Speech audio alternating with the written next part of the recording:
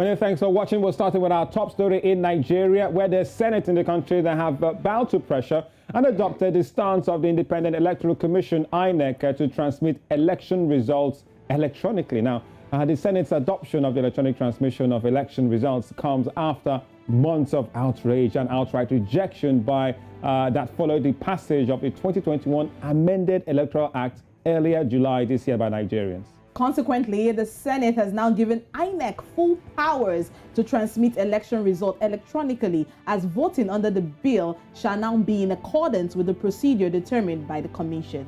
Well, to further discuss the decision of the Senate, we have us joining us this morning on Breakfast Central, Barrister Festus Okoye. He is an INEC National Commissioner and also the Chairman, Voter Information of INEC.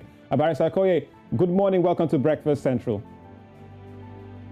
Right now, Barrister, let's start by looking at Clause 87 of the amended bill, which reads, a political party seeking to nominate candidates for elections under this bill shall hold direct primaries for aspirants to all elective positions, which shall be monitored by the Commission, that's INEC. What is the stance of INEC on this clause? Well, principally and fundamentally, it is the responsibility of the National Assembly to make laws for the Federation of Nigeria.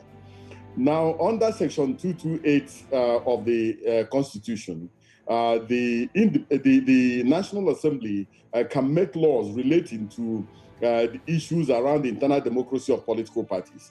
So it's within their powers, it's within their remit to make laws or adjust laws or even amend laws in relation to the conduct of party primaries. But as you know, what is going on as of today is still incoherent. It has not become law. It's still a bill until the President of the Federal Republic of Nigeria assents to it. But more fundamentally, I understand the sentiment behind this particular amendment.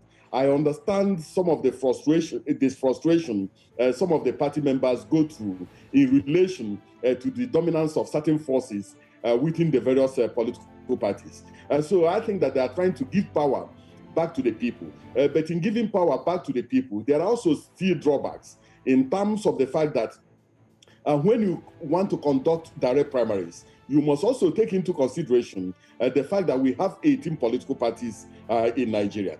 Now, if a political party wants to conduct direct primaries and wants the Independent National Electoral Commission to monitor such direct primaries, the implication is that it may adopt the polling units created by the Independent National Electoral Commission for the purposes of conducting its primaries. It may also adopt the registration areas or the wards. Now, if it adopts our polling units, the implication is that INEC must send at least 2 monitors to each of the polling units. And this is, we are talking of 176,966 polling units. So if you multiply that by 2 and also multiply it by 18 political parties, you see that the challenges are quite enormous. Then if a political party adopts the registration areas, the implication is that the party primaries will be conducted in 8,809 locations. And if we are sending 2 monitors to monitor the primaries of 18 political parties, in terms of resources, in terms of personnel, it is enormous. But whatever the case is, if the National Assembly eventually amends the law and gives the Independent National Electoral Commission the power to monitor these primaries, definitely we have to comply with the law. But I want to say very clearly that the issue of party primaries, the issue of nomination of candidates are within the domestic realm of political parties, and it will be much, much better for political parties to, within their own compass, within their own remit, find ways and means of complying with the extant provisions of the law in terms of guaranteeing internal democracy within their domestic realm. All right, Barrister Festus Okoye, should this be for INEC to carry out this assignment, there are going to be challenges, just like you pointed out, ranging from finance, especially when it comes to personnel and so on. So how is INEC looking to really deal with such a situation? Well, we have dealt with some more fundamental situations before. The point I'm trying to make is that if the National Assembly eventually settles on direct primaries and the president assigns it into law, the implication is that we are going to be conducting 18 elections involving political parties, because during a presidential election, we deploy to the entire polling units in Nigeria. Now, if a political party says that it's going to adopt our polling units, the implication is that what we do in a presidential election is what we are going to do in a party primary election. Now, if a political party decides to conduct presidential primaries separately, governorship primaries separately, national and state assembly primaries separately, the implication is that we must also deploy and monitor these primaries in all the locations where they have indicated, and then also issue a report in relation to these primaries. But you see, yes.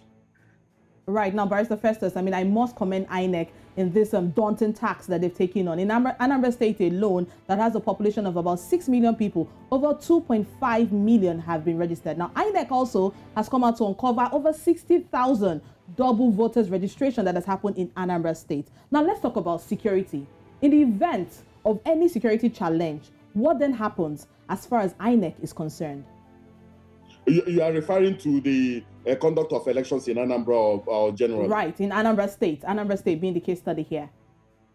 Well, you know that if you, under Section 178, subsection 2 of the Constitution of the Federal Republic of Nigeria, which is the fundamental law of the land, which is the ground norm, the period for the conduct of governorship election has been completely circumscribed. The implication is that we must conduct the Anambra governorship election on or before the 15th day of February 2022. Now, if you also look at Section 179 of the Constitution, it says that if, for instance, in the first ballot, none of the candidates scores majority of lawful votes and scores 1/4 of the votes in 2/3 of all the local governments, that INEC is under a constitutional obligation to conduct a second election. And this must be done within a period of 21 days. The implication is that you are also removing 21 days from that terminal date of 15th day of February 2022.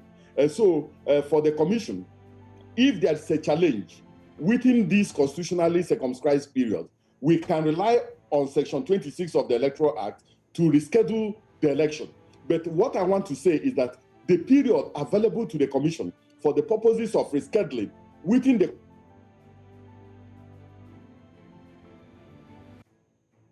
All right, we still have Barrister Festus Okoye, an INEC Commissioner and Chairman Voters Information for INEC, with us right here on Breakfast Central. We are looking at the e-transmission of electoral results, especially also keep bearing in mind the electoral challenges as we look forward to coming elections, even also in Anambra State. And looking at that clause, Oluchi, clause 87, which he was trying to point out to. Right, now this is what the clause says. Clause 87 says a political party seeking to nominate candidates for election under this bill shall hold direct primaries for aspirants to all elective positions, which shall be monitored by the commission, and that's INEC.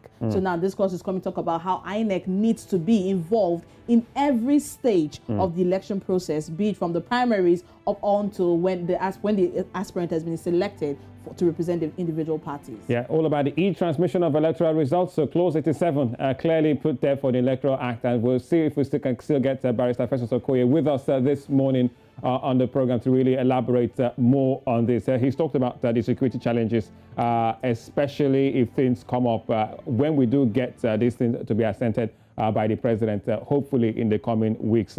We say Barrister Festus. Barrister Festus, you still with us? Morning. Yes, I'm here. All right, you were hanging on a point, but I'd like to take you on this one. The issue of multiple registers. Now, during elections, and this could even pose a challenge for INEC if direct primaries are to be adopted. Now, as the chairman of voter information for INEC, how does INEC intend to deal with that issue? Well, we have escalated the issue of voter education, especially in Anambra, where we have an election in a couple of weeks. Now, I fully understand what has happened with the issue of multiple or double registration that we experienced in a place like Anambra State. There are some people who just feel that rather than going to go and update their information, that they should just go and do a fresh registration, not knowing that we have the facilities and the gadgets to detect multiple registration. And so what we have done in relation to these multiple registrants in Anambra is to archive their multiple registration, and then we are advising them using radio, using the television, and also using civil society groups and organizations to advise them that their previous registrations are valid and that they should go to their previous polling units and cast their votes during the Anambra governorship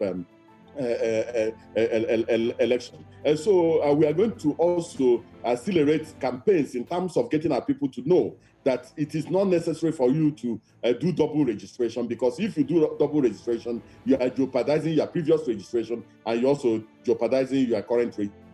Right. Now, Barrister, before we let you go, I mean, you just mentioned Anambra State now, and Anambra State election is barely 4 weeks away. That's coming up November 6th. What steps is INEC taking towards this election, considering the heightened security threats that we've been hearing about and attacks currently witnessed in Anambra State?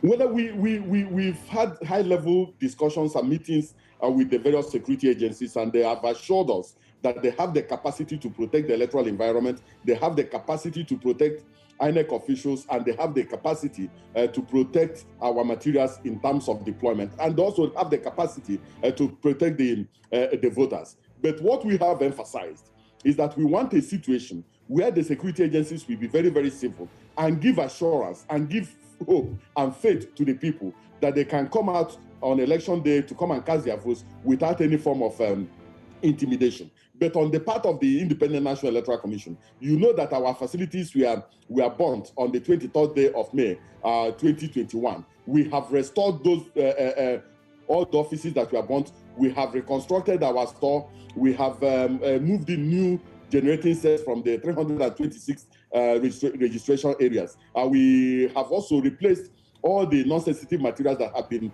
burnt, and we have deployed them to Anambra. So we have accelerated our activities. Everything is on course, and we are not looking back. We are confident that we have the capacity, we have the courage, and we have the wherewithal to pull through with this particular election. So we urge all the critical stakeholders in Anambra State to join hands with the Independent National Electoral Commission to secure the environment, and also to make sure that nothing untoward happens that will jeopardize the proper and efficient and professional conduct of the election. Well, thank you so much, Barrister Festus Okoye, INEC National Commissioner and Chairman, Voter Information INEC. Thank you so much, Barrister Festus Okoye, for your time on Breakfast Central.